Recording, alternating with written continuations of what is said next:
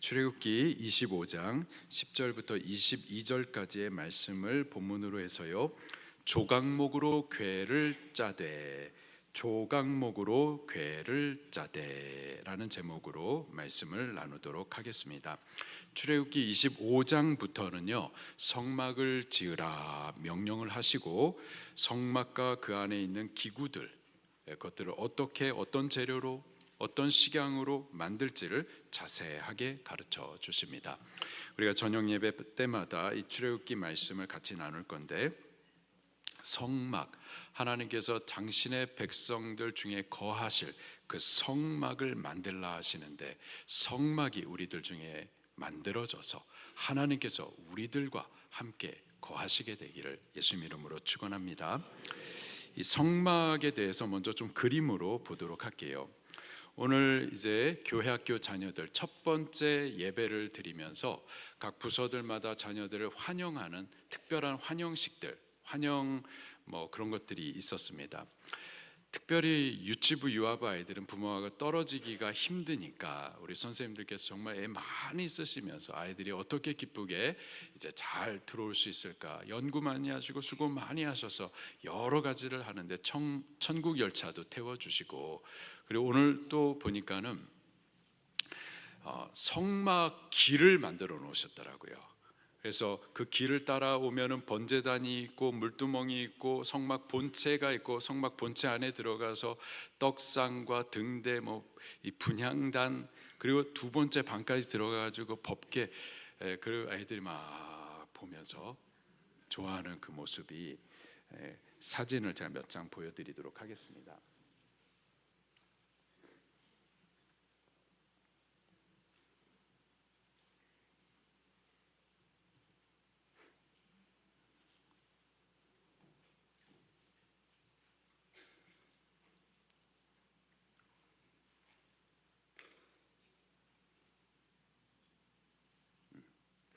자,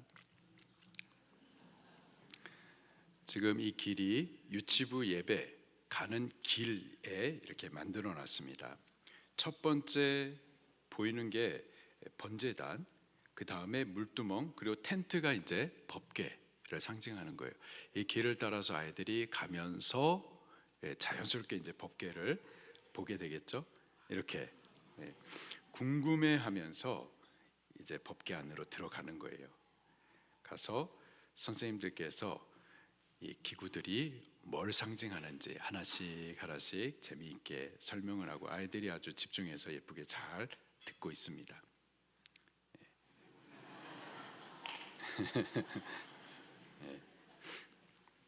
이 아이들이 말해주면 알아들을까요?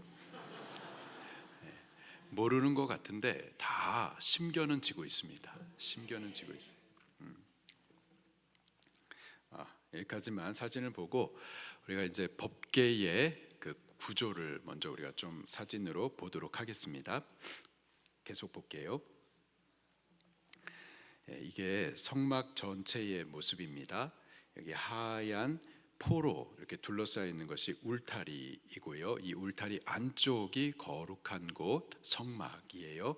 성막을 들어가기 위해서는 이렇게 성막 문을 통하여서만 들어갈 수가 있습니다. 이 문이 하나밖에 없어요. 오직 한 길, 예수님을 상징하는 겁니다. 하나님 앞으로 나올 자가 없느니라. 누구 외에는요? 예수님 외에는 없습니다. 다른 구원자, 다른 종교를 통하여서 구원 없어요. 하나님께 나아갈 길은 오직 한 길, 예수. 그 예수를 상징하는 성막 문을 통하여서 이제 성막 안쪽에 들어갈 수가 있는 거죠. 그 안쪽으로 들어가면은 여기 첫 번째 보이는 것이 번제단이 있고요. 두 번째 물두멍이 있습니다. 그리고 이제 성막 본체로 들어가게 되는데, 본체 안에 두 개의 방이 있어요. 첫 번째 방이 첫 장막이라고도 하는 성소입니다. 성소, 거룩한 장소예요. 이 성소 안에 거룩한 기구들이 또 세 개가 있는데요. 먼저 보시면은 그 안 내부를 밝히는 등대, 금으로 된 등대가 있습니다. 이렇게 생겼어요. 7가지로 되어 있습니다. 그리고 반대편에는 떡상이 있습니다. 떡상. 예수님 나는 생명의 떡이로라 하신 그 예수님을 상징하는 떡상, 그리고 정면에 보면은 여기 분향단이 있습니다. 제사장이 하루에 2번 향을 끊임없이 올리도록 그렇게 2번 향을 피웁니다. 그 향이 요한계시록 5장에 보니까는 해석을 해주시는데 그 향이 뭐라고요? 성도의 기도라. 성도의 기도, 그 기도를 계속 피워 올려 드리는 거예요. 그리고 2번째 방이 나오는데요, 그 2번째 방을 둘째 장막이라고도 하고 지성소, 지극히 거룩한 장소라고 말을 합니다.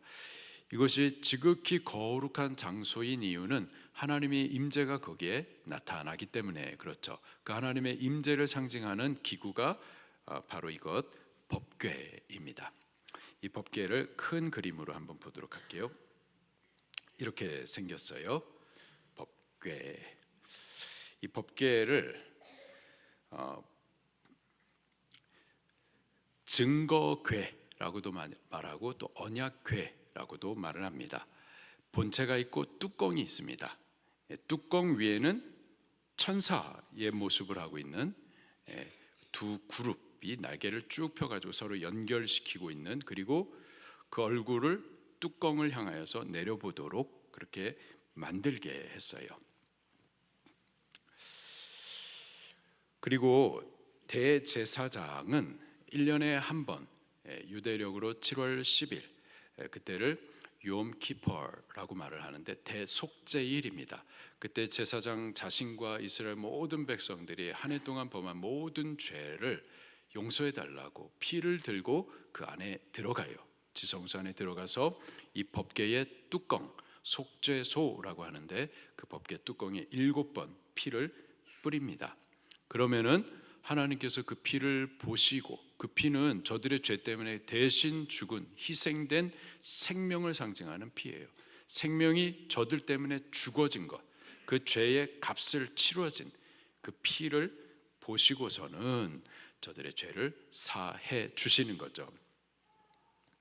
그렇게 죄 사함이 있는 곳, 하나님의 임재가 나타나는 곳, 그것이 바로 이 법궤 뚜껑 속죄소입니다. 법궤 뚜껑 안에는 뭐가 있을까요? 뚜껑을 열면은 여기에 뭔가가 들어있죠.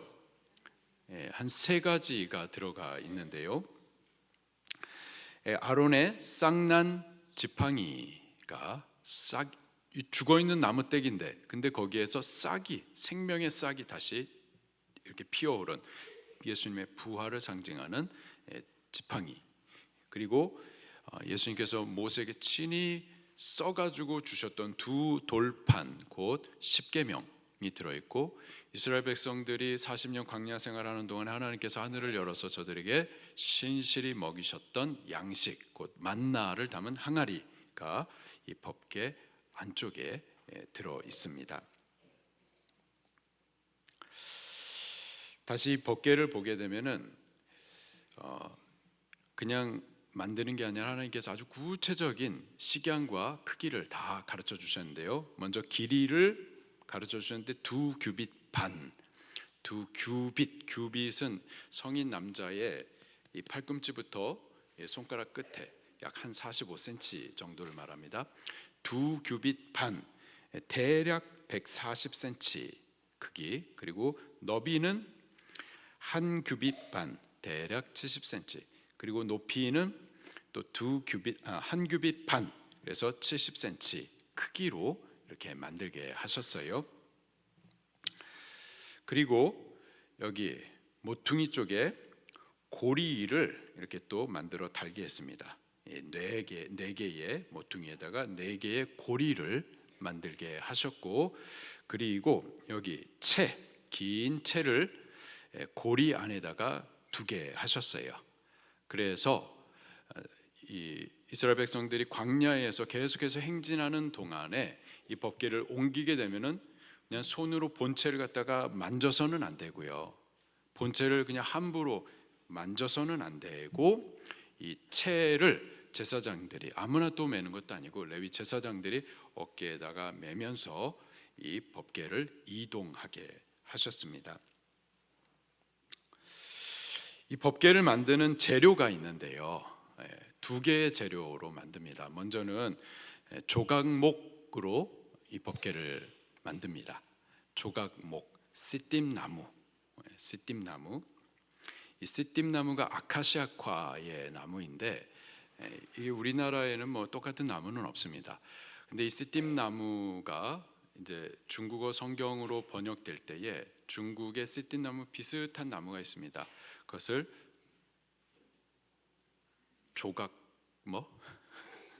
뭐라고 그래요? 하여튼 그렇게 번역을 했어요. 그리고 그 번역된 것을 한국말로 다시 번역할 때 조각목이라고 이름해가지고 기록을 하고 있습니다.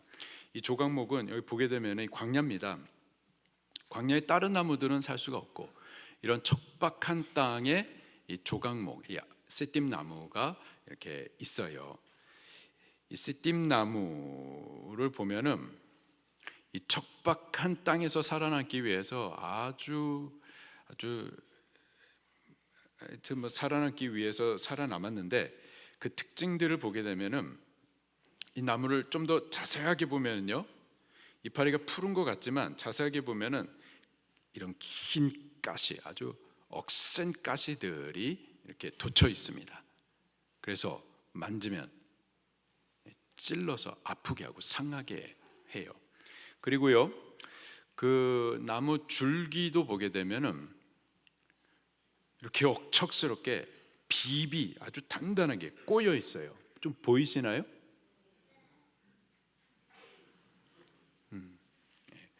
나무가 하여튼 억척스럽게 자라가지고 비비 단단하게 막 꼬여 있고 또 이파리는 아주 그냥 가시가 돋쳐 있고 이게 바로 조각목이에요. 근데 바로 이것으로 하나님의 말씀의 궤를 담는 재료를 삼으라 말씀을 하십니다. 그리고 또 다른 재료는 순금으로 그렇게 또 궤를 안팎으로 싸서 만들라 그렇게 가르쳐 주세요. 자, 그림은 여기까지 보도록 하겠습니다.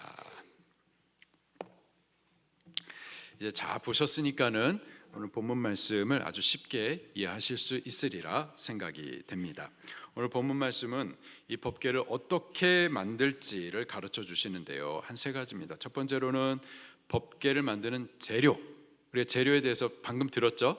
두 가지입니다. 어떤 재료로 사용하는지, 그리고 그것이 의미하는 바가 무엇인지 같이 배우도록 할 거고요. 두 번째로는 법궤의 모양과 구조, 어떻게 만들어야 되는지, 또 그 법궤 안에 무엇을 담아두라고 하시는지 그것을 또 같이 배우도록 하겠습니다. 그리고 마지막으로 이 법궤를 왜 만들라고 하시는가, 이 법궤의 기능이 무엇인가 같이 배우도록 하겠습니다. 먼저 법궤를 만드는 재료를 가르쳐 주시는데요. 두 가지입니다.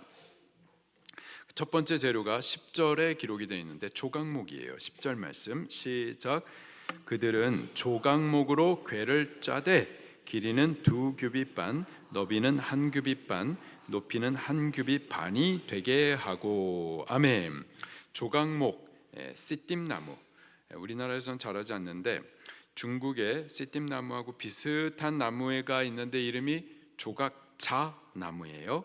그래서 성경을 중국어로 번역할 때 이 씨띠나무를 대신해 가지고 조각자라고 번역을 했고, 한국말로 번역할 때는 이 중국말에서 가져와 가지고 조각목이라고 그렇게 기록을 한 겁니다. 이 나무의 특징이 뭐였었죠? 가시가 돋쳐 있어요. 가시가 돋쳐 있어요.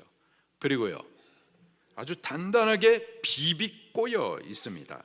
그래서 이 나무는 어떤 가구를, 이런 궤를 만들기에는 사실 쓸만한 좋은 나무가 못 돼요. 나무들 중에는 이런 가구로서, 목재로서 사용할 좋은 나무들이 있는데 그 중에 백향목이 있죠. 백향목. 레바논의 백향목이 유명한데, 그래서 레바논의 그 나라를 상징하는 것도 백향목이라고 하는데, 그 백향목은 아주 크기도 크고 나무가 아주 반듯하고 그리고 향기도 아주 좋고, 그 향기가 피톤치드라고 들어보셨죠? 그 피톤치드 향이 나오는데, 이 피톤치드가 뭔가 보니까는 나무들이 이 벌레가 먹으면 죽잖아요. 그래서 나무 스스로 벌레로부터 자기 자신을 갖다 지키기 위해서 향을 뿜는 거예요. 그래서 벌레가 생기지 않도록. 근데 그 향이 사람의 몸에는 또 좋은 거예요. 그 피톤치드가 많이 난다는 거예요, 백향목이. 그래서 집을 짓거나 가구를 만들 때 최고 좋은 목재, 바로 백향목입니다. 솔로몬 때 성전을 지었는데 그 성전의 재료가 백향목. 솔로몬이 자기를 위해서 왕궁을 세웠는데 그 왕궁의 재료가 백향목. 백향목.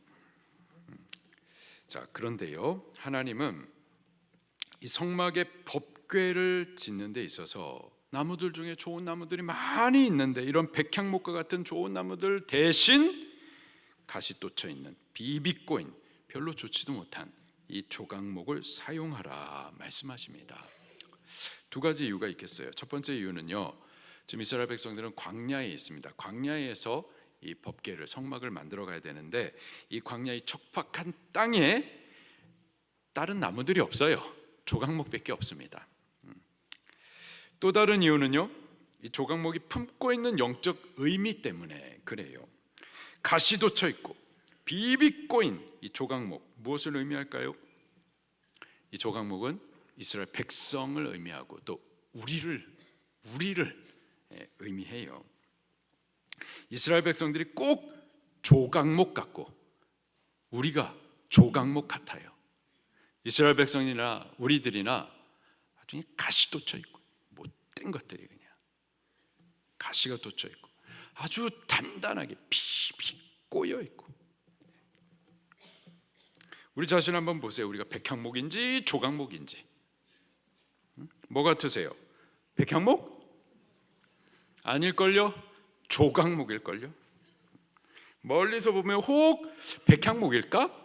라고 혹 착각을 할 수가 있지만 가까이서 오면은 조각목이 맞아요. 멀리 있었을 때는 몰랐다가 가까이 교자라고 보면 속에서부터 그냥 가시들이 돋쳐가지고 자꾸 찔러대고 아프게 하고 상하게 하고, 또 그 성격은 얼마나 못돼 처먹었는지 그냥 비비꼬였는데 아주 단단히 비비꼬였어요. 백향목이에요, 조각목이에요? 조각목과 같아요. 그런데 감사한 것은 그런 성질 못된 우리를 하나님께서 불러서 이 법궤의 재료로 사용하시겠다라는 겁니다. 성질 못된 우리 안에 하나님의 그 언약의 두 돌비, 하나님의 말씀을 담는 그릇 삼으시겠다라는 거예요. 우리의 잘나서 우리의 어떤 좋은 조건, 전혀 그게 아니라 일방적인 주권적인 하나님의 무조건적인 은혜로 우리를 부르시는 겁니다. 우리 사명자 여러분들, 우리가 왜 사명자로 구별이 될까요? 성도들이 많이 있습니다. 이스라엘 백성들 다 하나님의 택한 백성들이에요. 근데 그 12개 지파들 가운데 레위 지파를 하나님께서 구별하셔서 성막 봉사자로 그렇게 삼으시죠. 마찬가지로 사명자 아무나 세워지는 건 아닙니다. 우리 같이 예배하고 있고 다 하나님께서 사랑하시지만, 그러나 교회를 맡기는 그 사명은 또 아무에게나 맡기는 게 아니에요. 그래서 하나님께서 왜 우리에게 이러한 사명을 맡기실까요? 교회를 섬기도록 예수 그리스도의 핏값을 주고서 그렇게 세우신 성도, 거룩한 성도를 섬기도록 우리 하나님께서 왜 사명을 맡기셨을까요? 우리가 잘나서? 아니요. 우리가 누구예요? 백향목이에요? 조각목이에요? 조각목, 못돼 처먹은 가시, 비비꼬인 아주 못된 성질들. 그런데 왜 하나님께서 우리를 부르시고 이 거룩한 직분과 사명을 맡기실까요? 우리의 어떠함이 아니라 하나님의 은혜인 겁니다. 은혜. 자, 그러나 조각목만으로만 이 법궤가 만들어지는 것은 아니고요. 11절 말씀을 보면은 또 다른 재료를 가르쳐 주십니다. 11절 시작. 너는 순금으로 그것을 싸되 그 안팎을 싸고 위쪽 가장자리로 돌아가며 금테를 두르고. 아멘.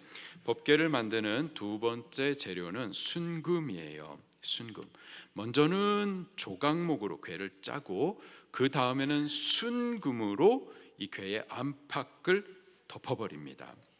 조각목은 가시 돋쳐 있고 비비꼬인 우리 자신을 상징한다면은, 상징한다면 순금은요, 순금은 아름답죠, 존귀하죠. 바로 믿음을 상징하는 겁니다.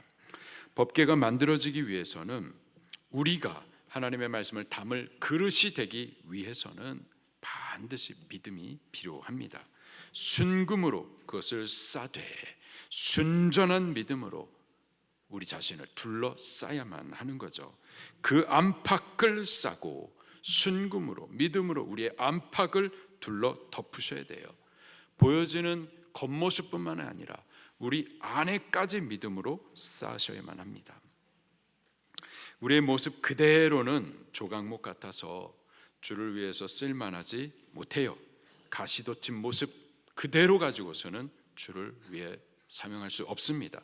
비비꼬인 성격 그대로 가지고서는 하나님의 일들을 할 수가 없습니다. 믿음이 필요해요. 조각목이 순금으로 덮여질 때 아름다울 수가 있는 거예요. 존귀해질 수가 있는 겁니다. 믿음으로 우리 안팎을 덮을 때 조각목 같은 못된 우리더라도 존재가 달라지게 되는 거죠. 하나님 보시기에 아름답고 존귀하고 사람들 보기에도 아름답고 존귀하게 되는 거예요. 비로소 법궤로 세워지고 비로소 그 안에 하나님의 말씀이 담겨지게 되는 겁니다. 믿음이 필요해요. 믿음이 금처럼 귀합니다. 그 믿음이 우리의 존재의 가치를 변화시키는 거예요. 우리가 주의 쓰임받기 위해서 주의 교회를 섬기고 세우기 위하여서 맡겨주신 이 사명을 잘 감당하기 위해서 반드시 믿음이 필요합니다. 우리가 하나님 앞에 기도의 향을 올려드려야 되고 기도로 구해야 될 것들이 많지만 그 가운데 믿음을 구하셔야만 할 거예요. 그리고 믿음을 쓰셔야만 하는 겁니다. 기도도 믿음으로 하고 우리 예배도 믿음으로 하고 헌금도 믿음으로 올리고 사명도 섬김도 봉사도 다 믿음으로 하셔야만 하는 거예요. 믿음 없이는 하나님을 기쁘시게 할 수가 없습니다. 오직 믿음으로 우리 안팎을 덮어야만 아름다워요. 우리가 드러나는 게 뭐가 아름답겠습니까? 내 성질 드러날 때 그 뭐가 아름답겠어요? 별로 안 좋죠. 그러나 믿음으로 안팎이 완전히 감싸져 가지고 우리가 드러나지 않냐고 믿음만 드러난다면 그땐 존귀한 거예요. 맡기실 만하고 또 받으실 만하게 되는 겁니다. 우리 믿음으로 우리 안팎을 채워갈 수 있기를 바랍니다. 두 번째로 이 법궤의 구조를 또 가르쳐 주십니다. 10절입니다. 시작. 너는 10절 시작. 그들은 조각목으로 궤를 짜되 길이는 2규빗 반, 너비는 1규빗 반, 높이는 1규빗 반이 되게 하고. 아멘. 법궤의 길이는 2규빗 반, 1규빗 반, 1규빗 반. 규빗은 성인 남자의 팔꿈치에서부터 손가락 끝까지 약 45cm. 그렇게 하면은 길이는 2규빗 반, 약 1m 40. 그리고 너비는 1규빗 반, 약 70cm. 또 높이도 1규빗 반, 역시 70cm 정도의 직사면체의 모양이 되겠습니다. 12절부터 14절 말씀을 또 읽겠습니다. 시작. 금고리 넷을 부어 만들어 그 네 발 달되 이쪽 2고리 저쪽에 2고리를 달며 조각목으로 채를 만들어 금으로 싸고 그 채를 궤 양쪽 고리에 꿰어서 궤를 매게 하며. 아멘. 궤 아래에 내 모퉁이에 금고리를 달고 또 긴 채로 그 고리 안에 끼워서 법궤를 이동할 때마다 제사장들이 그 채를 어깨에 메어서 이 법궤를 이동하게 했었어요. 아무도 이 법궤의 본체나 뚜껑을 직접 손대지 못하게 하셨습니다. 후에 다윗이 법궤를 예루살렘으로 안치할 때에 제사장 아닌 짐승의 수레에다 끌게 했었었죠. 그때 큰 사고가 있었습니다. 수레를 끌던 웃사가 흔들리니까는 법궤를 갖다가 자기의 손으로 댔었단 말이에요. 그때 즉사하는 사건이 있었어요. 하나님께서는 고린을 만들고 긴 채를 끼게 하셔서 어깨에 매게 하신 것은 감히 함부로 건들지 못하게 함에 있습니다. 16절 말씀도 같이 읽을게요. 시작.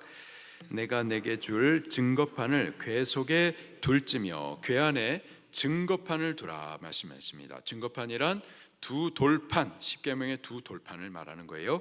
그래서 이 법궤를 증거판이 있기 때문에 증거궤라고 말을 하고요. 그리고 그 십계명의 두 돌판이죠. 그 십계명은 하나님의 언약이기 때문에 언약궤라고도 부릅니다. 이 법궤가 중요한 이유는요, 바로 그 안에 하나님의 말씀의 돌판이 있기 때문에 그래요. 법궤를 조각목 위에 순금으로 만들어서 존귀하게 하고, 또 법궤를 옮길 때에는 또 아무나 못 옮기고 레위인들이 채를 어깨에 메어서 옮기게, 그래서 절대 아무도 감히 함부로 법궤를 손대지 못하게 했었습니다. 법궤를 존귀하게 다루게 했었어요. 그 존귀한 데에는 이유가 있는데 바로 그 안에 하나님의 말씀의 두 돌판이 있기 때문입니다. 하나님의 말씀을 그만큼 존귀하게 여기라라는 데 의미가 있는 거예요. 여러분들 하나님의 말씀을 존귀하게 여기십니까? 존귀하게 받으십니까? 어떤 작은 말씀 하나도 작다고 여기지 아니하고 명령으로 두렵게 따르십니까? 그러셔야만 하는 거예요. 한국 교회는 하나님의 말씀을 경외함으로 받았었어요. 그랬었어요. 과거형입니다. 과거형. 그 말씀 앞에 두려워했었다고요. 말씀을 따라 안식일을 기억하여 거룩히 지키라. 그래서 신약의 안식일 주일을 지킴에 있어서 혹 주일 범하면 지옥 가는 것처럼 두려워했었다고요. 주일 한번 범한다고 지옥 가나요? 아니죠. 예수님을 안 믿으면 지옥 가는 거죠. 주일 안 지킨다고 지옥 가는 게 아니라, 근데 주일 한번 안 지키는 거, 그것을 지옥 가는 것처럼 두려워했었다고요. 하나님 앞에 거룩하기 위해서 술 먹으면 안 된다, 담배 피지 말아라. 성경에 그런 게 어디 있나요? 그러나 하나님 앞에 거룩하기 위하여서 술 먹으면 죽는다, 담배 피면 죽는다, 그렇게 여겼었다고요. 저도 저의 아이들한테 그렇게 가르칩니다. 술 먹으면 죽는 거야, 담배 피면 죽는 거야, 그 뭐 성경적으로 어쩌고저쩌고, 아니 죽는 거야, 그렇게 가르쳐요. 그렇게 한국 교회가 하나님의 말씀 앞에 두렵게 섰었다고요. 그래서 하나님께서 한국 교회를 귀하게 여기셨고 또 앞으로도 귀하게 쓰실 줄로 믿습니다. 근데 지금 말씀을 그렇게 우리가 경외함으로 받지 못하는 경향들이 조금 없지 않아 있어요. 그냥 자기가 재해석하는 거예요. 뭐 이래도 되겠지, 이러면 되겠지, 이러면 하나님 받으시겠지, 편안하게. 근데 우리 두려워해야만 할 줄로 믿습니다. 이 법궤를 갖다 함부로 솟대지 못하게 한 것들, 어깨에 매게 했던 것들, 금으로 둘러싸게 존귀하게 여겼었던 것들, 왜? 그 안에 하나님의 말씀이 담겨져 있기 때문에 그렇게 하나님의 말씀을 존귀히 여겨야 된다라는 의미인 겁니다. 17절부터 21절에는 속죄소를 또 순금으로 만들라 그렇게 가르쳐 주세요. 17절 시작. 순금으로 속죄소를 만들되 길이는 2규빗 반, 너비는 1규빗 반이 되게 하고. 속죄소란 이 법궤 본체의 뚜껑을 말하는 거예요. 이 속죄소의 이름의 뜻이 있습니다. 죄를 덮는다라는 의미가 있어요. 죄를 덮는다. 레위기 17장에 보게 되면은 대제사장이 1년에 한 번 7월 10일 욤키퍼 대속죄일 날 지성소 안으로 들어와 가지고 이곳 이 법궤 뚜껑에다가 피를 7번 뿌립니다. 하나님은 그 피를 보시고 백성의 죄를 용서해 주세요. 그들의 죄와 허물을 덮어 주십니다. 죄를 덮어 주시는 그 은혜가 있는 곳이 바로 이 속죄소예요. 피가 뿌려지는 이 속죄소, 죄가 사함을 받는 이 속죄소는 바로 예수님과 그 보혈을 상징하죠. 누구든지 예수 안에 있는 자는 결코 정죄함이 없습니다. 예수 안에 있는 자는 그의 흘리신 피로 죄가 사함을 받습니다. 그 허물이 덮어지는 거예요. 부끄러움과 수치가 가리워지는 줄로 믿습니다. 시편 32편 1절과 2절에 허물의 사함을 받고 자신의 죄가 가려진 자는 복이 있도다. 여호와께 정죄를 당하지 아니하는 자는 복이 있도다. 누가 이러한 복을 받는 자일까요? 예수님 믿는 자, 그의 보혈 안에 있는 자, 은혜 안에 거하는 자가 바로 속죄소 덮임을 받는 복된 자인 줄로 믿습니다. 우리는 예수님을 믿습니다. 그의 죄 사시는 은혜 복음을 믿습니다. 십자가에서 피 흘리사 우리의 모든 죄를 덮으신 사랑을 믿습니다. 때문에 우리는 예수 안에서 정죄함 없습니다. 새롭게 되어졌고 의롭다함을 얻었습니다. 이게 복음이에요. 우리가 예수 그리스도를 믿음으로 이 복음을 받았으니, 이 복된 자가 되었으니, 우리도 이제 이 복음으로 다른 사람들의 허물과 죄를 들추어내는 자, 정죄하는 자가 아니라 덮어주는 자, 가려주는 자, 사랑을 행하고 복음을 행하는 자들 꼭 되어야만 할 줄로 믿습니다.